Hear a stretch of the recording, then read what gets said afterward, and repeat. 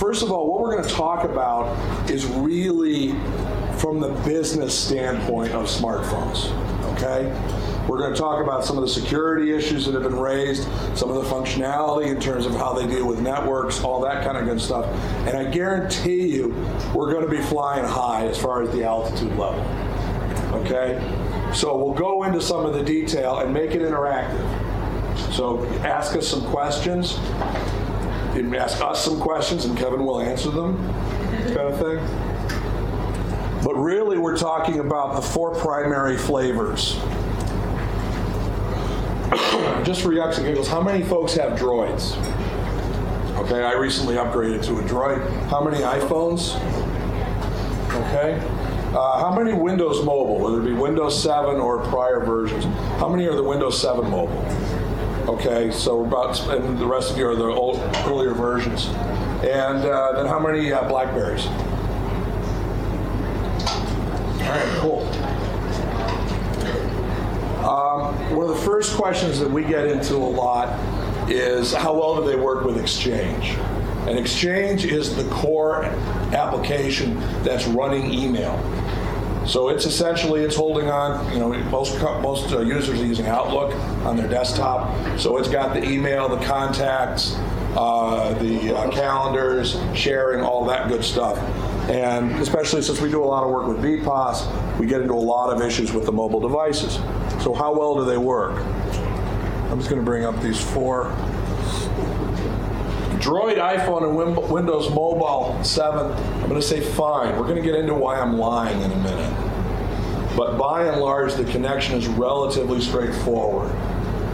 Blackberry, not so much. Do you want to talk a bit about the Blackberry and stuff? Yeah, Blackberries, they do work in an Exchange environment. They'll also work with Lotus Notes. It's the other large email server software that's available.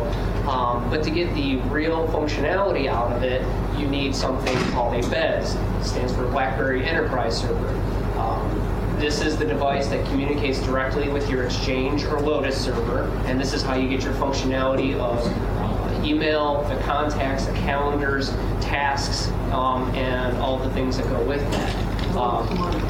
Where Droid, iPhone, and Windows Mobile, that uses a built-in feature to Exchange, the ActiveSync. That doesn't cost you any extra licensing, doesn't cost anything extra there. The BlackBerry Enterprise Server does cost you money. They do have a couple different price points. There's a very entry-level BlackBerry server. You're in a small company. I think the entry one has 5 licenses. There's another one that goes up to 25 licenses, and then after that, it's enterprise, thousands of users. Each of those users does need a client access license, so there's an additional cost for every device you pair onto the BlackBerry Enterprise server. And then another cost is a yearly maintenance fee that you have to pay RIM. So there's a lot of extra little fees that you tack on if you want to get the full functionality of a BlackBerry.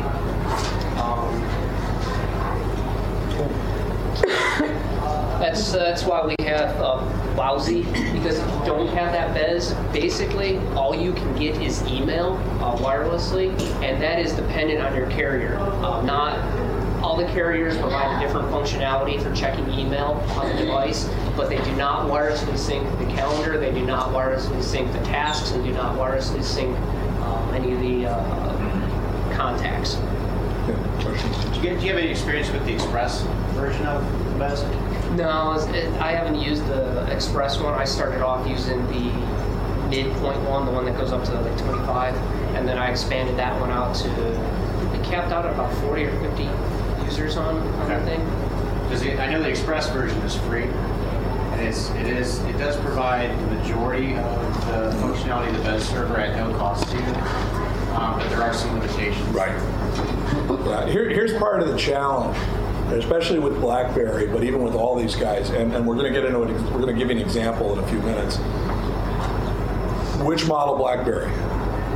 Who's your cell phone provider? Are you going to be using the Express tool? Are you going to be using the free tool? Are you going to be using the BES server? What level? What version Exchange? There are a whole bunch of issues that you run into with BlackBerries. Why is that? because they're the most secure. The Blackberry Enterprise Service actually creates the most secure relationship between a mobile device and your exchange at this point. Okay?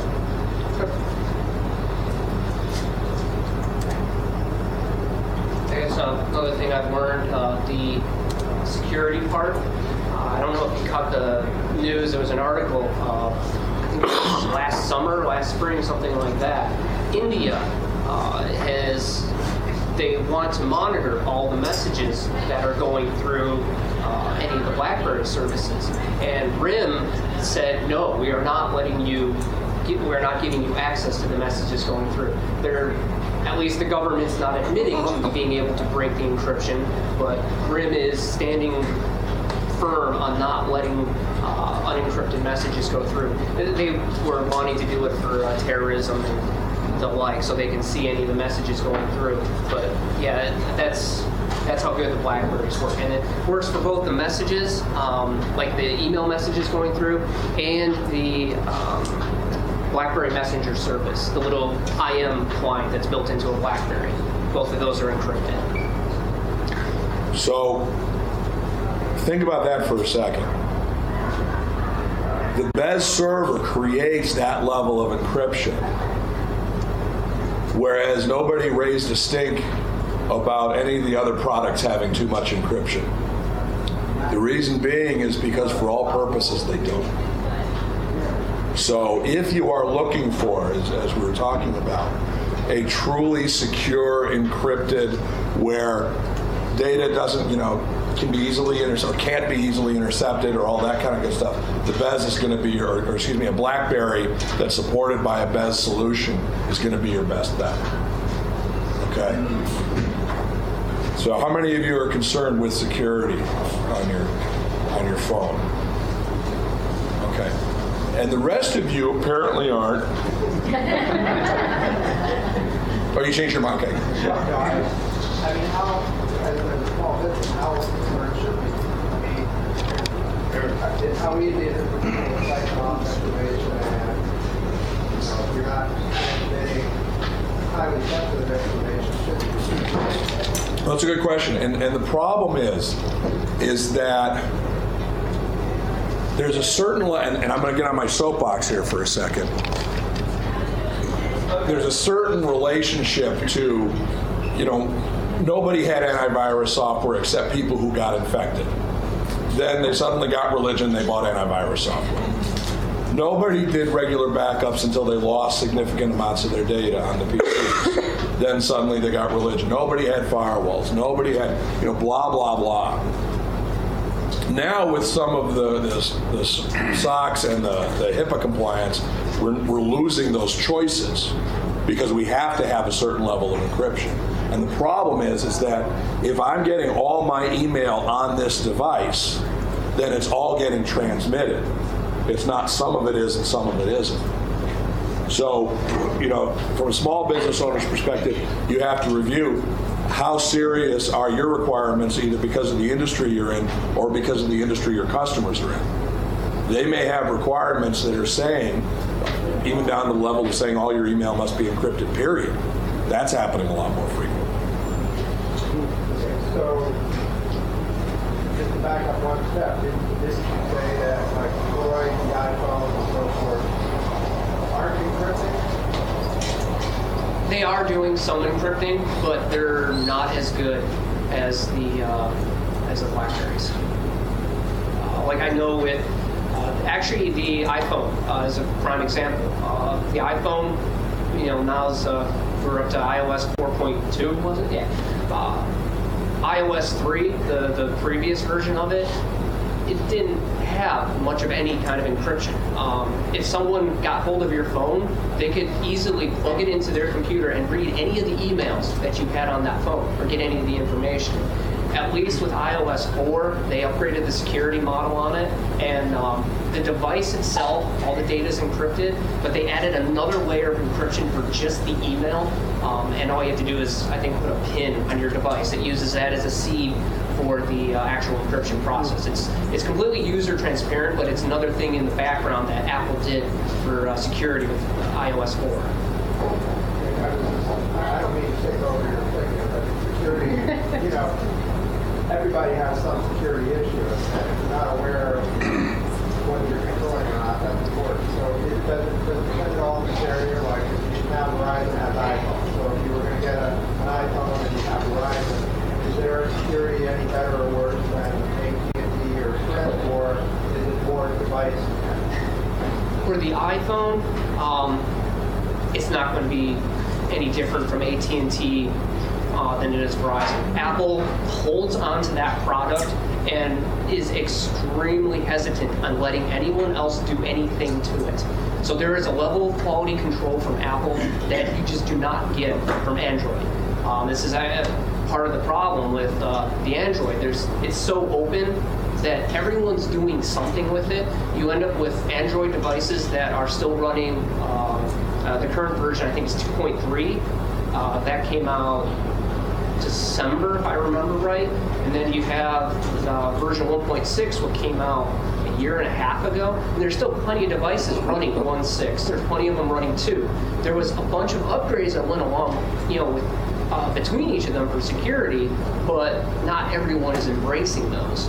Some of the older Android devices, they're entirely dependent on the carrier updating that device to 2.0, to 2.2, to 2.3. And as the phones get older, the carrier is less likely to do that. So you're going to end up, say you bought an original generation Android phone, I don't think you can get any updates for it. So you're going to be stuck at 1.6 or 2.0, whatever the latest one was. Well, case in point too, President Obama has a Blackberry. He doesn't use any of the other phones. So you're looking at a level of security. You get the United States president with Blackberry for a reason. Yeah. Security. He's got a crazy Blackberry too. I was reading the specs on that. Like, buttons were encrypted. Everything. It was a just monstrous phone. It wasn't quite a Blackberry. It might have started life as one, but It morphed into something else. yeah. It's now 12 pounds. It's the first iPad, but we didn't know it was an iPad. Give you an example. When we talk about, and you're probably already getting a feel for this as we go, based on the conversation, this is a chart that just talks about these products and how well they work with different versions of Exchange. Now, it's no here. Don't worry about the specifics, but look to the level of detail that they differ depending upon what you want to do. That's the level of complexity with these devices just connecting to one product. Okay? By the way, the business cards that we get, we'll email a copy, a PDF of this presentation, which includes a link to this. So when somebody says, I want to hook up my smartphone, great, but it's not that easy. Is that chart for Exchange 2010 or 2007? 2003, 7, and 10. Yeah, it goes through all three. It labels which versions of them, and then Right. which version of the actual device. Does that also apply to if you rent an Exchange server, you don't have your own in-house? That's a good point. If you go with a hosted Exchange, essentially you're going, like, that is still an Exchange box. So you've still got the same technology. So for example, the one we're familiar with, BPOS, Business Productivity Online Services, that's an Exchange 2007 implementation. So by and large, the connectivity issues are still there. The challenge with that one is that it's not on your site. A BES server has to be on the same site as the Exchange is. So the only way you can do a BES implementation with a hosted Exchange is to use Microsoft's hosted BES. And that's expensive. It costs $9 a month per user. Now you only have to get that for the number of users who have Blackberries. but that gets to be expensive. Okay? Now, Microsoft Office 365, which end of second quarter for us, third quarter, that's actually an Exchange 2010 implementation. Okay?